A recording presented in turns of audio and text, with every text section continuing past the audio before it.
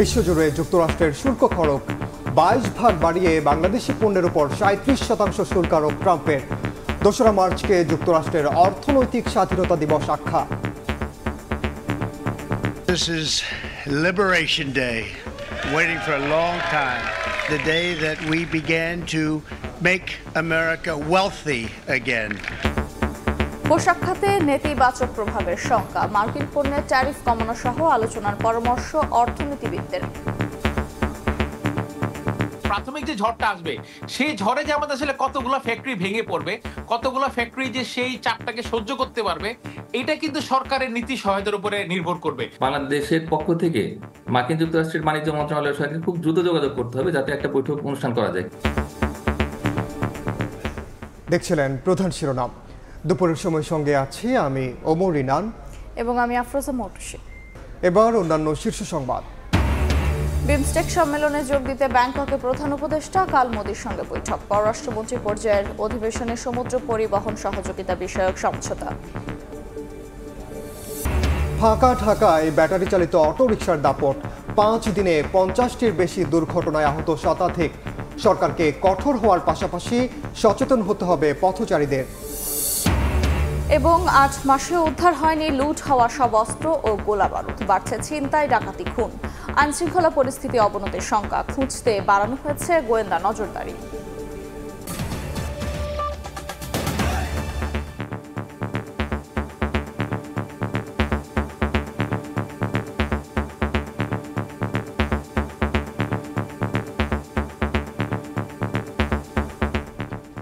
বিশ্বজুড়ে নেমে এলো যুক্তরাষ্ট্রের শুল্ক খরচ। বাংলাদেশি পণ্যের উপর 37% শুল্ক আরোপ করেছেন মার্কিন প্রেসিডেন্ট ডোনাল্ড ট্রাম্প। এছাড়া ভারত, চীন সহ 185টি দেশ ও অঞ্চলের পণ্যে ট্যারিফ বাড়ানো হয়। ট্রাম্পের এই সিদ্ধান্তকে বাণিজ্য যুদ্ধ আখ্যা দিয়ে তীব্র সমালোচনা করেছেন বিশ্ব নেতারা। স্থানীয় সময় বুধবার হোয়াইট হাউসে সংবাদ সম্মেলনে নতুন করে শুল্ক আরোপের ঘোষণা দেন মার্কিন প্রেসিডেন্ট ডোনাল্ড ট্রাম্প। এদিন 185টি দেশ ও অঞ্চলের উপর শুল্ক আরোপ করেন তিনি। ট্রাম্পের এই সিদ্ধান্তে বাংলাদেশি পণ্যের উপর শুল্ক বাড়িয়ে 37% করা হয়েছে। বাংলাদেশ বাদেও ভারতের পণ্যের উপর 26, পাকিস্তান 29, চীনা পণ্যে 34, শ্রীলঙ্কা 44, মিয়ানমার 44, ভিয়েতনামের পণ্যে 46% শুল্ক আরোপ করেন ট্রাম্প। এশিয়ায় যুক্তরাষ্ট্রের মিত্র দেশগুলোর বিরুদ্ধেও ব্যবস্থা নিয়েছেন মার্কিন প্রেসিডেন্ট। সবচেয়ে বেশি কম্বোডিয়ার পণ্যে শুল্ক আরোপ করেছেন তিনি। বুধবার মধ্যরাত থেকেই কার্যকর হবে এই সিদ্ধান্ত। এশিয়া ছাড়াও ইউরোপীয় ইউনিয়ন ও ইউরোপের বিভিন্ন দেশের উপর শুল্ক আরোপ করেছে যুক্তরাষ্ট্র। পাশাপাশি মধ্যপ্রাচ্যের সবচেয়ে মিত্র হিসেবে পরিচিত ইসরায়েলের পণ্যেও শুল্ক আরোপ করেন তিনি। বাদ যায়নি আফ্রিকা ও ওশেনিয়া মহাদেশের দেশও। তালিকায় দেখা যায় বেশিরভাগ দেশ যুক্তরাষ্ট্রের পণ্যের উপর যে হারে শুল্ক আরোপ করেছে, পাল্টা ব্যবস্থা হিসেবে ট্যারিফ বাড়িয়ে তার অর্ধেক করেছে ট্রাম্প প্রশাসন। দিনটিকে যুক্তরাষ্ট্রের অর্থনৈতিক স্বাধীনতা দিবস হিসেবে অভিহিত করেন ট্রাম্প। বলেন এই দিনের জন্য যুক্তরাষ্ট্র দীর্ঘদিন ধরে অপেক্ষা করছে। যুক্তরাষ্ট্র অন্যান্য দেশের উপর পারস্পরিক শুল্ক প্রয়োগ করবে। গত কয়েক দশক ধরে এ নিয়ে আমরা ভাবিনি, আর এখন দেখতেই পাচ্ছেন কি ঘটছে। যেসব দেশ আমাদের সঙ্গে খারাপ ব্যবহার করবে, আমরা তাদের সমস্ত শুল্ক হার সহ অন্যান্য প্রতারণার উপায় একত্রে হিসাব করব। এবং যেহেতু আমরা খুব দয়ালু, তাই আমরা খুবই দয়ালু আচরণ করছি। ট্রাম্পের শুল্ক আরোপের পর থেকেই প্রতিক্রিয়া জানাতে থাকেন বিশ্ব নেতারা। পাল্টা ব্যবস্থার ঘোষণা দিয়েছেন কানাডার প্রধানমন্ত্রী। মার্কিন শুল্ক আরোপকে অত্যন্ত দুঃখজনক বলছে জাপান। এছাড়াও বিভিন্ন দেশ ও জোটের নেতারা শুল্ক আরোপের সমালোচনার পাশাপাশি পদক্ষেপের ঘোষণা দিয়েছেন। রাহানুল রানা, সময় সংবাদ। এদিকে যুক্তরাষ্ট্রের সিদ্ধান্তে বড় ধরনের রফতানি বিপর্যয়ের শঙ্কা করছেন তৈরি পোশাক রফতানিকারকরা। পরিস্থিতি সামাল দিতে মার্কিন পণ্যের শুল্ক কমানো সহ ওয়াশিংটনের সঙ্গে দ্রুত আলোচনার পরামর্শ দিচ্ছেন অর্থনীতিবিদরা। এরই মধ্যে মার্কিন পণ্যে আরোপিত শুল্ক হারে পুনর্বিবেচনা করার কথা জানিয়েছেন প্রেস সচিব শফিকুল আলম। স্থানীয় সময় বুধবার হোয়াইট হাউসে সংবাদ সম্মেলনে নতুন করে শুল্ক আরোপের ঘোষণা দেন মার্কিন প্রেসিডেন্ট ডোনাল্ড ট্রাম্প। এ সময় বাংলাদেশি পণ্যের ওপর শুল্ক বাড়িয়ে 37% করেন তিনি, যা আগে ছিল 15%। বাংলাদেশি তৈরি পোশাক রপ্তানির দ্বিতীয় শীর্ষ গন্তব্য মার্কিন যুক্তরাষ্ট্রের এমন কঠোর সিদ্ধান্তে অনেক কারখানা বন্ধের আশঙ্কা করছেন উদ্যোক্তারা। প্রাথমিক যে ঝড়টা আসবে সেই ঝড়ে যে আমাদের আসলে কতগুলো ফ্যাক্টরি ভেঙে পড়বে, কতগুলো ফ্যাক্টরি যে সেই চাপটাকে সহ্য করতে পারবে, এটা কিন্তু সরকারের নীতি সহায়তার উপরে নির্ভর করবে। সরকার যদি নাকি এটাকে ওই কিছু হবে না ভেবে বসে থাকে, তাহলে কিন্তু অনেকগুলা আমাদের ফ্যাক্টরিগুলা কিন্তু এই ঝড়টা সামলাতে পারবে না। নতুন শুল্ক যুদ্ধে মার্কিন বাজারে বাংলাদেশি তৈরি পোশাকের প্রতিদ্বন্দ্বী দেশ ভারতে 26, চীনে 34% শুল্ক আরোপ করা হয়েছে। এতে যেমন বাংলাদেশে চীনা বিনিয়োগ কমার আশঙ্কা তৈরি হয়েছে, তেমনি ভারত পাবে বিশেষ সুবিধা। এই অবস্থায় যুক্তরাষ্ট্রের পণ্যে আরোপ করা শুল্ক কমানো ও টিকফা চুক্তি সামনে রেখে সরকারকে বহুমুখী পদক্ষেপ নেওয়ার পরামর্শ অর্থনীতিবিদদের। বাংলাদেশের সঙ্গে যেহেতু মার্কিন যুক্তরাষ্ট্রের টিকফা চুক্তি রয়েছে, সুতরাং সেই চুক্তির আলোকে বাংলাদেশে এই মুহূর্তে অগ্রসর হতে হবে। বাংলাদেশের পক্ষ থেকে মার্কিন যুক্তরাষ্ট্রের বাণিজ্য মন্ত্রণালয়ের সঙ্গে খুব দ্রুত যোগাযোগ করতে হবে যাতে একটা বৈঠক অনুষ্ঠান করা যায়। কিন্তু একটা সমস্যা হচ্ছে যে এই যে শুল্ক সেটি কিন্তু সরাসরি হোয়াইট হাউস থেকে ইম্পোজ করা হয়েছে। তার মানে হলো যে হোয়াইট হাউসের সঙ্গে আমাদের প্রথমে যোগাযোগ করতে পারলে সেটি ভালো, তার কারণ ট্রাম্প নিজে এই যে শুল্কতে স্বাক্ষর করেছেন। এদিকে বৃহস্পতিবার সকালে এক ফেসবুক পোস্টের মাধ্যমে মার্কিন পণ্য আমদানিতে আরোপিত শুল্ক হার পুনর্বিবেচনা করার কথা জানান প্রধান উপদেষ্টার প্রেস সচিব শফিকুল আলম। MS আরিফিন, সময় সংবাদ, ঢাকা। অন্য প্রসঙ্গ, বিমস্টেক সম্মেলনে যোগ দিতে থাইল্যান্ডে পৌঁছেছেন অন্তর্বর্তী সরকারের প্রধান উপদেষ্টা ডক্টর মোহাম্মদ ইউনূস। বিকেলে ব্যাংককে বিমস্টেক ইউথ জেনারেশন ফোরামের কনফারেন্সে যোগ দিয়ে বক্তব্য রাখবেন সরকার প্রধান। শুক্রবার প্রধান উপদেষ্টা অধ্যাপক ইউনূস বিমস্টেক সম্মেলনে যোগ দেবেন। এবারের সফরে ভারতসহ বিমস্টেক সদস্য রাষ্ট্রগুলোর নেতাদের সঙ্গে দ্বিপাক্ষিক বৈঠক করবেন ডক্টর ইউনূস। বিমস্টেক সম্মেলনের দ্বিতীয় দিন বৃহস্পতিবার স্থানীয় সময় দুপুর 1টার দিকে ব্যাংককে পৌঁছান প্রধান উপদেষ্টা ডক্টর মোহাম্মদ ইউনূস। থাইল্যান্ডের জিরাপর্ণ সিন্ধু প্রায় ব্যাংকক বিমানবন্দরে তাকে স্বাগত জানান থাইল্যান্ড সরকারের শীর্ষ কর্মকর্তারা। এরপর প্রধান উপদেষ্টা তার সফর সঙ্গীদের নিয়ে চলে যান হোটেল সাংগ্রিলায়। সেখানে বেশ কিছু সময় অবস্থান করেন তিনি। হোটেল সাংগ্রিলা থেকে স্থানীয় সময় বিকেল 3টায় আইকন সিয়াম ভেন্যুতে থাই তরুণদের এক কনফারেন্সে প্রধান অতিথির বক্তব্য দেবেন ডক্টর ইউনূস। তাকে বরণ করে নিতে ঝলমলে সাজে প্রস্তুত আইকন সিয়াম। এছাড়াও আগামীকাল প্রধান উপদেষ্টা বিমস্টেক সম্মেলনে যোগ দেবেন। এবারের সফরে ভারতসহ বিমস্টেক সদস্য রাষ্ট্রগুলোর নেতাদের সঙ্গে দ্বিপাক্ষিক বৈঠক করবেন সরকার প্রধান। একই সঙ্গে দুটি সমঝোতা স্মারক স্বাক্ষর অনুষ্ঠানেও উপস্থিত থাকবেন তিনি। বিমস্টেক সম্মেলনের দ্বিতীয় দিন আজ সদস্য রাষ্ট্রগুলোর মন্ত্রী পর্যায়ের বৈঠক হয়েছে। স্বাক্ষরিত হয়েছে সমুদ্র পরিবহন সহযোগিতা স্মারক, যাতে বাংলাদেশের পক্ষে স্বাক্ষর করেছেন পররাষ্ট্র উপদেষ্টা তৌহিদ হোসেন। ধ্রুব ব্যানার্জি, সময় সংবাদ। বিমস্টেক সম্মেলনের সবশেষ খবর জানাতে ব্যাংককে আছেন সহকর্মী নাজমুস সালিহি, সরাসরি যাচ্ছি তার কাছে। আমরা দাঁড়িয়ে আছি ব্যাংককের আইকন সিয়াম, সেখানে যেই থিয়েটার হল রয়েছে সেখানে সেই আইকন সিয়াম থিয়েটার হল ইতোমধ্যে প্রস্তুত হয়ে গেছে। আপনি দেখছেন যে আমার পেছনে মঞ্চ প্রস্তুত হয়ে গেছে এবং এখানে নিরাপত্তার আনুষঙ্গিক যত সিকিউরিটি যত ধরনের পর্যায়ে আছে তার সব কিছু সম্পন্ন করা হয়েছে। একটু পরেই বাংলাদেশের প্রধান উপদেষ্টা ডক্টর মোহাম্মদ ইউনূস এখানে এসে উপস্থিত হবেন এবং এখানে অনেক ডেলিগেট যারা ইতোমধ্যেই আমন্ত্রিত হয়েছেন কেউ কেউ এসে উপস্থিত হয়েছেন। এখন 2টো বেজে কিছুটা সময় পেরিয়েছে, ব্যাংকক সময় 3টার সময় এখানে প্রধান উপদেষ্টা বক্তব্য রাখবেন। আর মূলত বিমস্টেক সম্মেলনের যে মূল ইভেন্ট সেটির ফাঁকে আসলে এটি একটি ইভেন্ট হিসেবে রেখেছে বিমস্টেক এবং এটি থাইল্যান্ড সরকারের আয়োজনে। তারা মূলত তাদের দেশের যে তরুণরা রয়েছে সেই তরুণদেরকে আসলে ডক্টর মোহাম্মদ ইউনূস তাদের তরুণদের উদ্দেশ্যে তিনি আজকে দিক নির্দেশনামূলক বক্তব্য দেবেন। বিশেষ করে এই যে সেশন তার নাম রাখা হয়েছে where is our future. That means হচ্ছে যে বিমস্টেক ভুক্ত যে রাষ্ট্রগুলো রয়েছে সেই রাষ্ট্রগুলোর আসলে ফিউচার কোথায় বা তারা কিভাবে কি ধরনের উদ্যোগ নিয়ে তারা তরুণরা পারস্পরিকভাবে এগিয়ে যেতে পারে, এই তরুণদের উদ্যমতাকে কাজে লাগিয়ে কিভাবে এই বিমস্টেক ভুক্ত রাষ্ট্রগুলো ইউরোপ আমেরিকার সাথে পাল্লা দিয়ে বা তাদের মতো করে ব্যবসা বাণিজ্য থেকে শুরু করে তাদের মেধা এবং প্রযুক্তিতে তারা উন্নয়ন ঘটাতে পারে, সেই বিষয়ে মূলত ডক্টর মোহাম্মদ ইউনূস বাংলাদেশের প্রধান উপদেষ্টা অন্তর্বর্তী সরকারের তিনি আজকে এই থাই তরুণদের উদ্দেশ্যে আসলে সেই বক্তব্য রাখবেন। আগামীকাল বাংলাদেশের প্রধান উপদেষ্টা ভারতের প্রধানমন্ত্রী নরেন্দ্র মোদীর সঙ্গে বসবেন দ্বিপাক্ষিক বৈঠকে, যেটি নিয়ে আসলে এখন আলোচনা চলছে।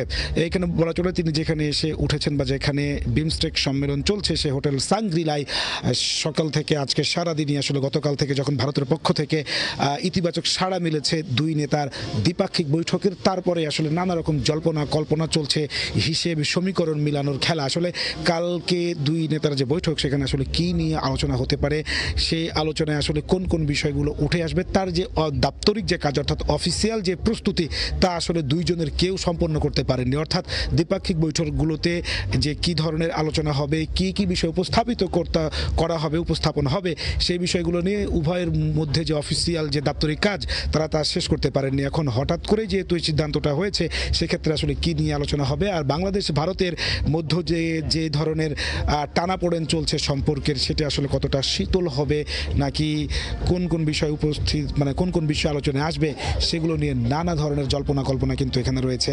এখানে যারা ডেলিগেট রয়েছেন, যে বিমস্টেক ভুক্ত যে 7টি দেশের ডেলিগেট যারা এখানে এসেছেন এবং আগত কাভার করতে আসা যে সাংবাদিকরা যারা রয়েছেন তাদের মধ্যে কিন্তু নানা ধরনের জল্পনা কল্পনা চলছে। কারণ বাংলাদেশ ভারত যে সম্পর্ক তা কিন্তু 2024 সালের 5 আগস্ট আওয়ামী লীগ সরকারের পতনের পর থেকে দুই দেশের মধ্যে কিন্তু টানাপোড়েন শুরু হয়েছে। সেই সম্পর্কের উষ্ণতা বাড়বে, সেই সম্পর্কের বরফ গলবে কিনা সেটা নিয়ে নানা রকম জল্পনা কল্পনা আছে। তবে সবাই প্রত্যাশা করছেন এখানে ইতিবাচকভাবেই শেষ হবে দুই নেতার যেই দ্বিপাক্ষিক বৈঠক সেটি। এই ছিল আমার কাছে থাইল্যান্ডের ব্যাংককের আইকন সিয়াম থিয়েটার হল থেকে সর্বশেষ। বিমস্টেক সম্মেলনের সবশেষ খবর জানছিলাম থাইল্যান্ডের ব্যাংকক থেকে। গণহত্যার বিচার বানচালের ষড়যন্ত্র ও পতিত স্বৈরাচারীর দোসরদের মোটা অঙ্কের বিনিয়োগের সুনির্দিষ্ট তথ্য পেয়েছে ট্রাইব্যুনালের প্রসিকিউশন। এমনকি নেপথ্যের কুশীলবদের চিহ্নিত করা হয়েছে বলে জানিয়েছেন chief prosecutor advocate Tajul Islam. বলেন, যত ষড়যন্ত্রই হোক বিচার ঠেকানো যাবে না। বিচারের প্রতি ধাপে চমক থাকবে বলেও জানান চিফ প্রসিকিউটর। আফজল হোসেনের রিপোর্টে বিস্তারিত। আগামী মাস থেকে জুলাই আগস্টের গণহত্যার মামলার আনুষ্ঠানিক বিচার শুরুর প্রস্তুতি চলছে। 2টি মামলার তদন্ত শেষ হয়েছে। শেখ হাসিনা সহ আরও অন্তত 5টি মামলার তদন্ত চূড়ান্ত পর্যায়ে রয়েছে। এই পর্যায়ে এসে ট্রাইব্যুনালের বিচারকে প্রশ্নবিদ্ধ করতে নানা ষড়যন্ত্রের তথ্য পাচ্ছে আন্তর্জাতিক অপরাধ ট্রাইব্যুনালের প্রসিকিউশন। গ্রেফতারি পরোয়ানা জারির পর আসামির কাছে তথ্য পাচার, ট্রাইব্যুনালের প্রসিকিউশনকে জড়িয়ে নানা গুজব ছড়ানো এবং বিভিন্ন সংস্থার অসহযোগিতার বিষয়টি খতিয়ে দেখছেন প্রসিকিউশন বিভাগ। চিফ প্রসিকিউটর বলছেন, বিচার বিতর্কিত ও বানচাল করতে মোটা অঙ্কের বিনিয়োগ ও ষড়যন্ত্রের সুনির্দিষ্ট তথ্য পেয়েছেন তারা। চিহ্নিত করা হয়েছে নেপথ্যের কারিগরদের। আমরা সুনির্দিষ্টভাবে তথ্য পেয়েছি এই আসামিরা এবং পতিত স্বৈরাচারের যারা দোসর তারা বুঝতে যখন পেরেছে যে তাদের বিচার এখন অনিবার্য, তখন তারা নানান ষড়যন্ত্র করেছে। তারা ট্রাইব্যুনালকে বিতর্কিত করা, জনসম্মুখে হেয় করার জন্য নানান ধরনের গাল গল্প সাজিয়ে ট্রাইব্যুনালকে বিতর্কিত করার প্রচেষ্টা তারা নিয়েছে, প্রজেক্ট তারা নিয়েছে। এজন্য তারা বিনিয়োগও করেছেন। তাজুল ইসলাম বলেন, বিচারের প্রতিটি ধাপে থাকবে চমক। কোনো শক্তি ট্রাইব্যুনালকে প্রশ্নবিদ্ধ করতে পারবে না। অনেক ধরনের চমক থাকবে, কিন্তু আসলে কি কাজ আমরা করেছি এক্স্যাক্টলি এটাও আমাদের একটা বড় বিষয়। যে আমরা কিছু বলছি না মানে মানুষ মনে করছে যে আমরা কোনো কাজ করি নাই। এখানে এই ট্রাইব্যুনালের এভিডেন্সগুলো পুরোপুরি সত্যের উপরে প্রতিষ্ঠিত। আমরা এই সত্যের মাধ্যমেই প্রত্যেক আসামির দায়বদ্ধতা কোর্টের মধ্যে প্রমাণ করব। সুতরাং এই সমস্ত কাজ করে আমাদেরকে থামানো যাবে না। বিচার শেষ না হওয়া পর্যন্ত প্রসিকিউশন তদন্ত সংস্থার উপর আস্থা রাখতে এবং পাশে থাকতে মামলার সাক্ষী, শহীদ ও আহতদের পরিবারের প্রতি আহ্বান জানিয়েছেন চিফ প্রসিকিউটর। আফজল হোসেন, সময় সংবাদ, ঢাকা। প্রিয়জনের সঙ্গে ঈদ উদযাপন শেষে রাজধানীতে ফিরতে শুরু করেছেন নগরবাসী। ভোগান্তি আর ভিড় এড়াতে কিছুটা স্বস্তির আশায় আগে ভাগেই ঢাকায় ফিরছেন অনেকে। আবার লম্বা ছুটি হওয়ায় আপনজনের সঙ্গে আনন্দ ভাগাভাগি করতে ঈদের 4র্থ দিনেও ঢাকা ছাড়ছেন নগরবাসী। ঈদের আগে পরে গত কয়েকদিনের তুলনায় রাজধানীর কমলাপুর রেলওয়ে স্টেশনে বৃহস্পতিবার ঢাকামুখী মানুষের ভিড় দেখা যায় কিছুটা বেশি। শুক্র শনিবার ছুটি থাকলেও ভোগান্তি আর ভিড় এড়াতে আগে ভাগেই ঢাকায় ফেরেন অনেকে। প্রিয়জনদের সঙ্গে ঈদ আনন্দ ভাগাভাগি শেষে ঢাকায় ফেরা মানুষের মধ্যে তাই স্বস্তির ছাপ। পরে ভিড় বেশি হবে, রবিবার থেকে সবার অফিস, এই জন্য একটু তাড়াতাড়ি আসে। ভিড়ের ভিতরে পড়তাম, বাচ্চা টাচ্চা আছে, ফ্যামিলি আছে, এই জন্য আমি একটু 2 দিন আগে চলে এসেছি। কাজের জন্য তাড়াতাড়ি চলে আসছি। নতুন উদ্যমে আবার কাজ শুরু করব, এটা ভালো লাগা কাজ করলো। মাঝখানে একটা রিফ্রেশ হয়ে আসলাম।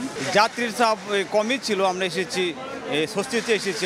তবে ঈদের 4র্থ দিনেও প্ল্যাটফর্মে অপেক্ষমান মানুষের ভিড় ছিল যথেষ্ট। লম্বা ছুটি হওয়ায় ঈদ আমেজে এখনো আপনজনের টানে ছুটছেন নগরবাসী। আনন্দ করব, খেলাধুলা করব, সবার সঙ্গে মজা করব।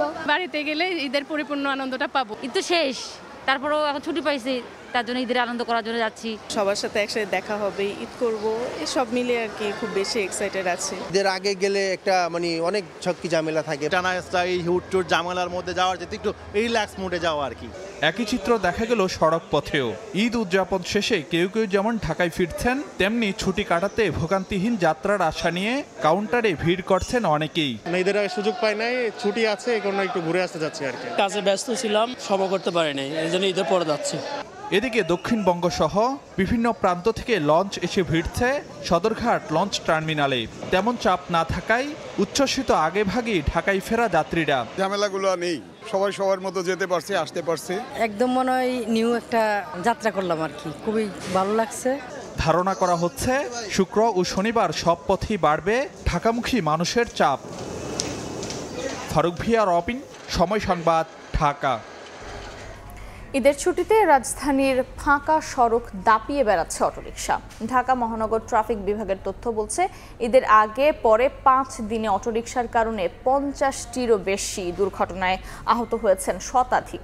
এই অবস্থায় অটোরিকশার অবাধ চলাচল ঠেকাতে সরকারকে কঠোর হওয়ার পরামর্শ বিশেষজ্ঞদের। বিস্তারিত শফিক মুন্সির রিপোর্টে। ফাঁকা ঢাকায় অটোরিকশার দাপট। ছোট বড় প্রতিটি সড়কেই বাধাহীনভাবে ছুটে চলছে 3 চাকার এই যান। 3 চাকার এই যানের গতির ঝড়ে বাড়ছে দুর্ঘটনার ঝুঁকি।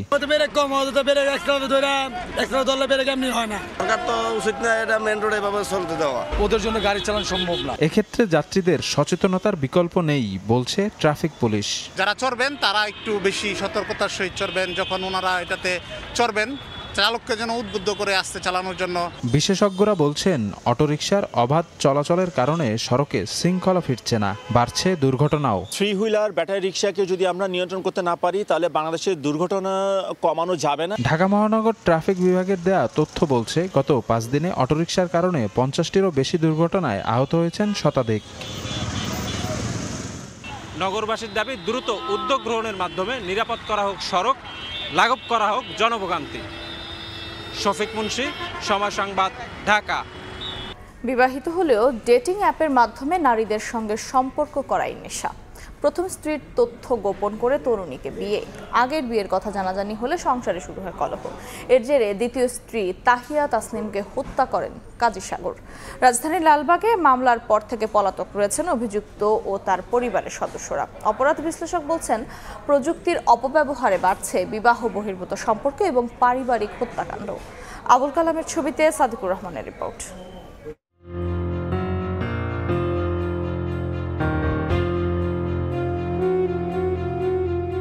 বছর দুয়েক আগে তাহিয়া তাসনিমের সঙ্গে ফেসবুকে পরিচয়। প্রথম স্ত্রীর তথ্য গোপন করে এই তরুণীর সঙ্গে সম্পর্ক গড়ে তোলেন স্বর্ণ ব্যবসায়ীর ছেলে কাজী সাগর। রাজধানীর লালবাগ এলাকার বাসিন্দা দুজনেই। গত বছরের এপ্রিলে বিয়ে করেন তারা। আগের বিয়ের কথা জানার পর সাগরের সঙ্গে দাম্পত্য কলহ শুরু হয় তাহিয়ার। গত 20 মার্চ রাতে তাহিয়াকে তার বাবার বাসায় একা পেয়ে হত্যা করেন সাগর। তাহিয়ার পরিবারের অভিযোগ, ডেটিং অ্যাপ ব্যবহার করে নিয়মিত বিভিন্ন মেয়েদের সঙ্গে সম্পর্ক স্থাপন করতেন তিনি। ওর মুখটা মাইরা থেতলাইয়া নাক মুখ একজাক্ট কালো করে, চোখে রক্ত এসে গেছে। কি যে বিভৎস অবস্থা! কার কাছে বিচার চাবো, কার কাছে? আমার মেয়েটাই তো আমার বেঁচে থাকার অবলম্বন ছিল। এখন আর তো মেয়ে ফিরে আসবে না। এখন আমি চাই শুধু সুষ্ঠু বিচার। এই ঘটনায় লালবাগ থানায় সাগরকে আসামি করে হত্যা মামলা করেন তাহিয়ার বাবা। এরপর থেকে পলাতক রয়েছেন অভিযুক্ত ও তার পরিবারের সদস্যরা। নাই তা যা 2-3 দিন ধরে না। 2-3 দিন ধরে নাই। ওর ফ্যামিলি কেউ আছে পরিবারে কেউ নাই। মামলা রেকর্ড করে তদন্ত চলমান। পোস্টমর্টম রিপোর্ট পাওয়ার পরে এবং আরো বিস্তারিত ইনভেস্টিগেশনে এটা জানা যাবে। আমরা আসামি ধরার জন্য চেষ্টা করতেছি। অপরাধ বিশ্লেষক বলছেন, ডেটিং অ্যাপের কারণে বিবাহ বহির্ভূত সম্পর্ক বাড়ছে, আর এ থেকে পারিবারিক কলহ এমনকি হত্যাকাণ্ড ঘটছে। এই অ্যাপসের মাধ্যমে নারী বা পুরুষের সাথে অন্য নারী বা পুরুষের বিবাহ বহির্ভূত সম্পর্ক আছে, সেটি যখন তার স্ত্রী বা স্বামী জেনে যাচ্ছে এবং সেক্ষেত্রে সাক্ষী না রাখার জন্য তাকে হত্যা করছে। রাষ্ট্রীয় পর্যায় থেকে এই অ্যাপসগুলো বন্ধ করার জন্য যেরকম উদ্যোগ গ্রহণ করা প্রয়োজন। পরিসংখ্যান অনুযায়ী গত ফেব্রুয়ারিতে সারা দেশে খুন হয়েছেন 498 জন। এর মধ্যে পারিবারিক ও সামাজিক সহিংসতায় প্রাণ হারিয়েছেন 54 জন। সাদিকুর রহমান, সময় সংবাদ, ঢাকা। ঈদের চতুর্থ দিনেও বিনোদন কেন্দ্রে ভিড় করছেন দর্শনার্থীরা। এই মুহূর্তে জাতীয় চিড়িয়াখানায় আছেন সহকর্মী অন্তরা সেন। কেরানীগঞ্জের আনোয়ার সিটি ম্যাজিক আইল্যান্ডে চন্দ্রিমা চৌধুরী, নরসিংদীর ড্রিম হলিডে ওয়াটার পার্কে আশিকুর রহমান পিয়াল এবং কক্সবাজার সমুদ্র সৈকতে আছেন সহকর্মী সুজাউদ্দিন রুবেল। প্রথমে যাচ্ছে অন্তরার কাছে। আজ ঈদের চতুর্থ দিন আর এখনো কিন্তু অব্যাহত রয়েছে ঈদ আনন্দ। আমি এখন আছি রাজধানীর মিরপুরের জাতীয় চিড়িয়াখানায়। সকাল 10টা থেকে চিড়িয়াখানার গেট খুলে দেওয়ার পর থেকেই কিন্তু জাতীয় চিড়িয়াখানায় প্রবেশ করতে শুরু করেছে দর্শনার্থী। আর শুরু হয়ে গেছে কিন্তু মানুষের ঢল। আমি যদি একটু দেখাই কি পরিমাণে মানুষ এসেছেন এখানে, ছোট্ট শিশুদের নিয়ে বাবা মায়ের সাথে তারা এসেছেন। ছোট্ট বাচ্চা কাচ্চা কেউ দৌড়ে বাঘের খাঁচার সামনে যাচ্ছে, কেউ আবার গুটি গুটি পায়ে বাবা মায়ের হাত ধরে হেঁটে এসেছে জিরাফ দেখতে। তবে এখানে কিন্তু শুধু বাচ্চারাই এসেছে তা কিন্তু নয়, সব বয়সের মানুষই কিন্তু এখানে এসেছেন। চোখের সামনে শিশুরা বাঘ, জিরাফ, সিংহ, হরিণ দেখে কিন্তু বেশ খুশি, কারণ এগুলো তারা কিন্তু শুধুমাত্র টিভিতে কিংবা বইয়ের পাতাতেই দেখেছে। বাস্তবে এসব পশু পাখিদের দেখে কিন্তু তারা এখন অনেক বেশি খুশি। আর তাদের এই খুশি দেখে কিন্তু বাবা মায়েরাও বেশ আনন্দিত। তারাও যেন তাদের ছোট্টবেলায় ফিরে গেছেন, ছোট্ট সোনামণিদের সঙ্গে তারাও কিন্তু আনন্দ পাচ্ছেন। আর তাই এই তীব্র গরম উপেক্ষা করেই কিন্তু পরিবারের সকলকে নিয়ে তারা চিড়িয়াখানায় এসেছেন ঘুরতে। আর যারা ঘুরতে এসেছেন তাদের সাথে আমি কথা বলেছি, তারা জানিয়েছেন যে এখানে তারা পরিবারের সদস্যদের সঙ্গে বেশ ভালো সময় কাটাতে পারছেন, কারণ বছরের অন্যান্য দিনগুলোতে কিন্তু পরিবারের সঙ্গে একসঙ্গে সময় কাটানোর সুযোগ হয়ে ওঠে না। আর ঈদের সময়ে এই যে লম্বা ছুটি পেয়েছেন তারা, তাই তারা তাদের বাবা মাকে নিয়ে এসেছেন, তাদের সন্তানদের নিয়ে এসেছেন। পরিবারের কাছে তারা কর্মজীবী মানুষরা তারা পরিবারকে নিয়ে এখানে এসে সময় কাটাতে পারছেন, এতেই কিন্তু তারা বেশ খুশি। এরকমই কিন্তু ঈদ বিনোদনের চলছে রাজধানীর অন্যান্য জায়গাতেও। এখন আমরা চলে যাব কেরানীগঞ্জে, সেখানে আছেন আমাদের সহকর্মী চন্দ্রিমা চৌধুরী। রয়েছি কেরানীগঞ্জে এবং এখানে আছি আমি ওয়াটার পার্কে। এখানে প্রায় সকাল থেকে এখন পর্যন্ত 1000 থেকে 1200 দর্শনার্থী এসেছে এবং তাদের আকর্ষণের কেন্দ্রবিন্দু হচ্ছে এই ওয়াটার পার্ক। এইখানে কিন্তু প্রবেশের জন্য তাদেরকে দিতে হচ্ছে 600 টাকা। সকাল 11:30 থেকে এটা চালু থাকে বিকেল 5টা পর্যন্ত। এবং একটু বলে রাখতে চাই যে নরসিংদী কেরানীগঞ্জে যারা আছেন এবং আশেপাশে দর্শনার্থীদের মূলত এখানে আসছেন যে ঈদের 2 দিন যারা বিভিন্ন জায়গায় যেতে পারেননি এবং আজ তারা পরিবারের সাথে এই সময়টি কাটাতে চাচ্ছে, যেহেতু ঈদের ছুটিটি এবার খুবই লম্বা। একই সাথে কিন্তু এখানে বিভিন্ন ধরনের রাইড রয়েছে। রাইডগুলোতে চড়তে হলে কিন্তু এখানে প্রবেশের জন্য দিতে হবে 100 করে টাকা। এরপরে প্রতিটি রাইডের জন্য আলাদা আলাদা করে ফিস আছে। তবে এই ওয়াটার পার্কে ঢোকার জন্য তারা একবারই 400 টাকা করে টিকিট কেটে ঢুকছে। এবং এখানে দর্শনার্থীদের সাথে কথা বলে আমরা জানতে পেরেছি যে তীব্র গরমে এই দুপুরের বেলা মানে যেখানে মানুষ দাঁড়াতে কষ্ট হচ্ছে, সেখানে কিন্তু ঈদ আনন্দ পরিবারের সাথে উপভোগ করার জন্য এই ওয়াটার পার্ক থেকে অন্যতম কিছু আর হতেই পারে না। তারা পানিতে কিছুটা স্বস্তি অনুভব করছে। একই সাথে এখানে রয়েছে ডিজে গানের তালে তালে কিন্তু সবাই উন্মাদনার সাথে তাদের এই ঈদের শেষ কিছু দিনের ছুটি উপভোগ করে নিচ্ছে। এখানে তারা এসেছে পরিবারের সাথে, বন্ধুদের সাথে এবং বেশিরভাগ দর্শনার্থী এখানে এসেছে কেরানীগঞ্জ ও তার আশেপাশের অঞ্চল থেকে। আমরা কর্তৃপক্ষের সাথে কথা বলে যেটা জানতে পেরেছি যে তারা কিন্তু এখানে যাতে অপ্রীতিকর কোনো পরিস্থিতি না ঘটে তার জন্য পর্যাপ্ত আইন শৃঙ্খলা রক্ষা বাহিনী ব্যবস্থা করেছে এবং এখানে রয়েছে পর্যাপ্ত পার্কিং সুব্যবস্থা। একই সাথে কিন্তু সকাল থেকে যারা পরিবার নিয়ে এসেছে সকাল 10টা থেকে এটি খুলে দেওয়া হয়েছে সকলের জন্য এবং বিভিন্ন বাচ্চাদেরকে নিয়ে, নানান বয়সী বাচ্চাদেরকে নিয়ে বড়রা আসছে এবং এখানে কিন্তু বাচ্চাদের একটি অন্যতম আকর্ষণ। তারা কিন্তু খুবই উৎফুল্ল, বাবা মায়ের সাথে, বন্ধুদের সাথে এই সময়টি কাটাতে পারে। এই সময় কিন্তু আসলে খুব একটা পাওয়া যায় না, যেহেতু ব্যস্ত নগরীতে সকলে কর্মব্যস্ত থাকে। এই যে একটি লম্বা ছুটিতে সকলে কিন্তু তাদের আয়েশ মিটিয়ে ঈদ আনন্দ উপভোগ করছে।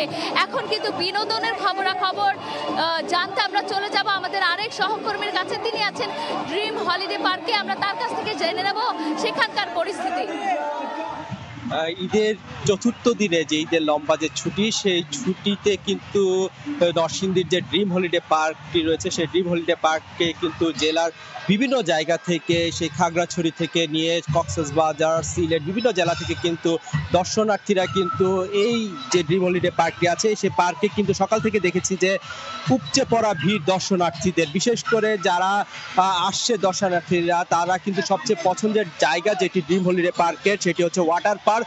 সে ওয়াটার পার্কে কিন্তু তারা যে দুপুরের পর থেকে কিন্তু প্রচন্ড গরম কিন্তু আছে, গরম মধ্যেও কিন্তু যে পানিতে কিন্তু ডিজে মিউজিকের তালে তালে কিন্তু তারা হই হুল্লোড় করছে। এবং আমরা যে বিষয়গুলো দেখেছি যে পরিবারের সকল সদস্যদেরকে নিয়ে কেউ বৃদ্ধ, শিশু, কিশোর সবাই, পরিবারের সবাই কিন্তু এই ওয়াটার পার্কে কিন্তু তারা নেচে গিয়ে যে ঈদের যে আনন্দ, সেই আনন্দ কিন্তু তারা উপভোগ করছে। পাশাপাশি কিন্তু যে এখানে যে 5 তলা একটি নতুন রাইড আসলে তৈরি করেছে, যেটি হচ্ছে গিয়ে স্লিপারের মতো, সেটি দিয়ে কিন্তু তারা পানিতে ঝাপটি মেরে কিন্তু তারা হই হুল্লোড় করছে।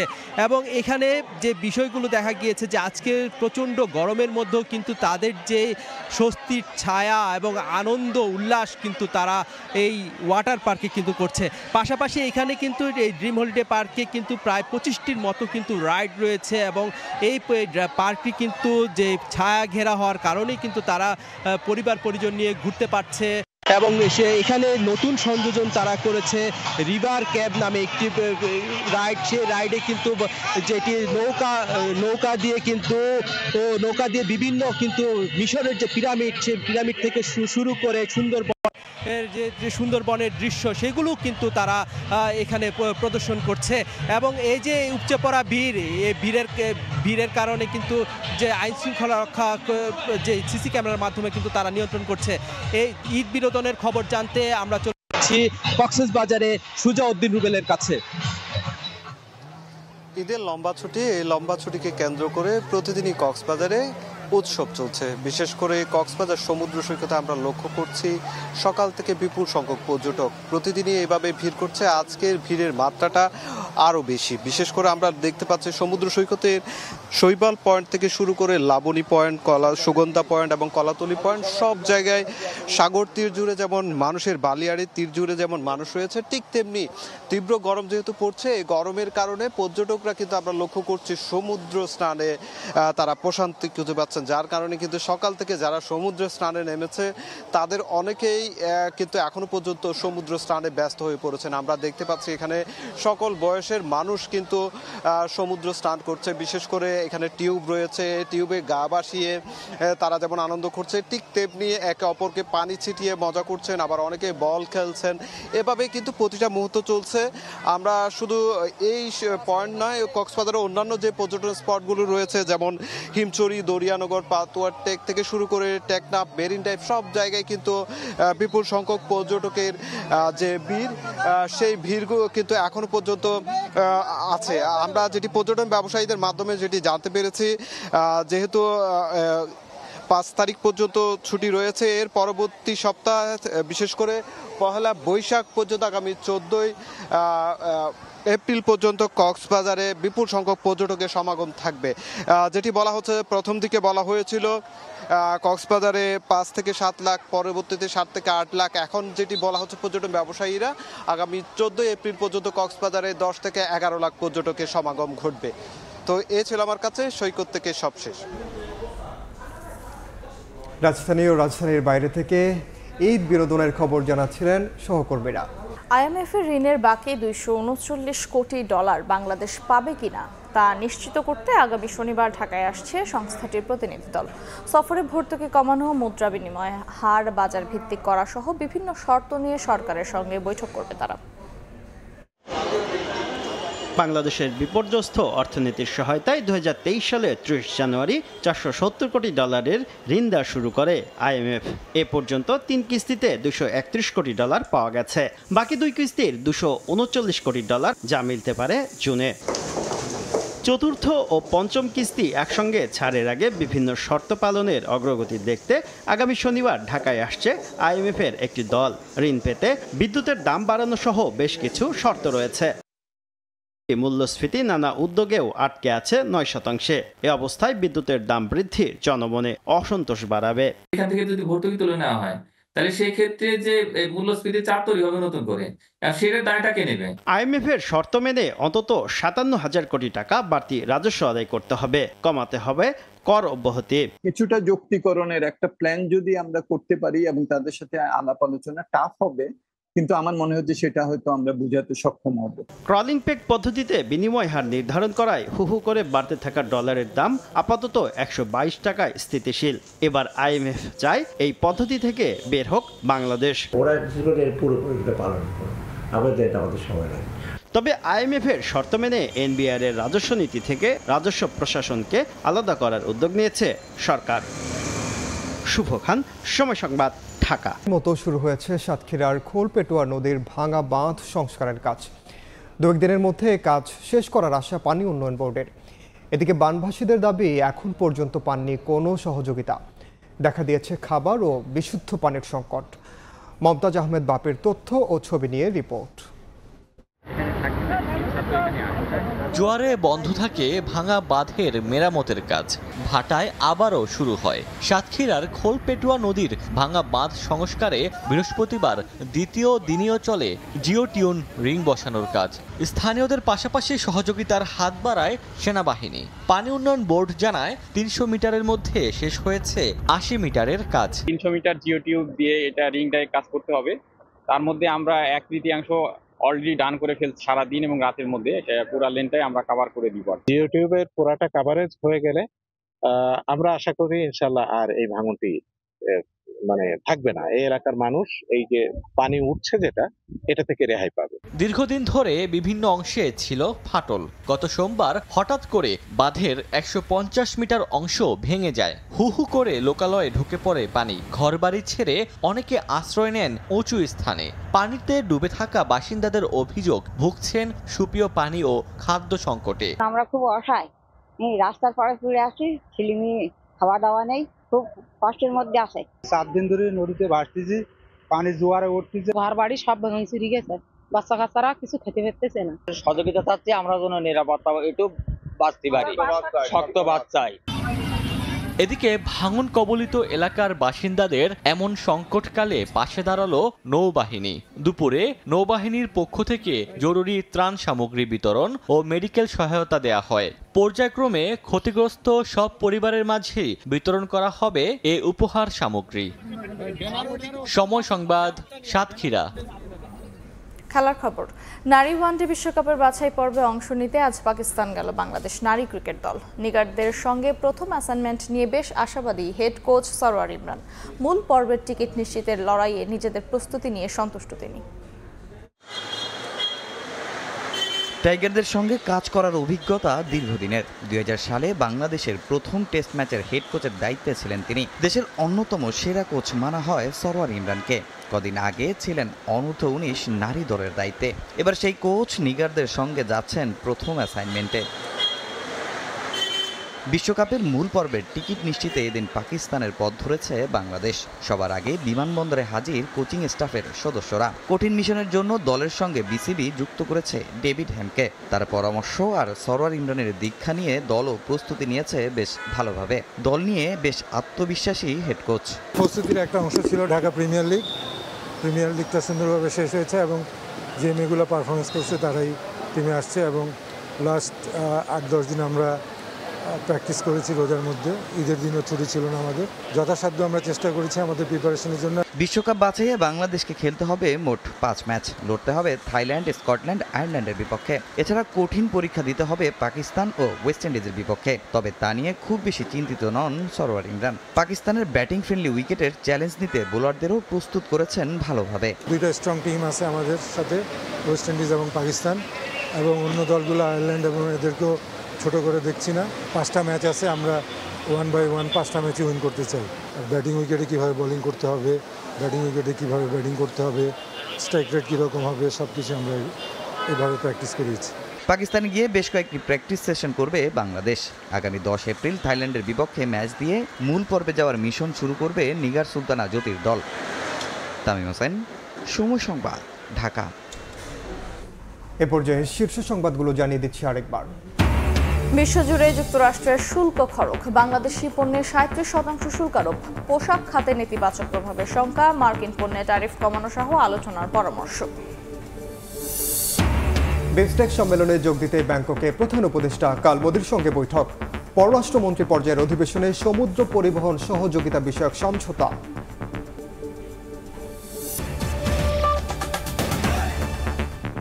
এই ছিল দুপুরের সময়। সঙ্গেই থাকুন সময়।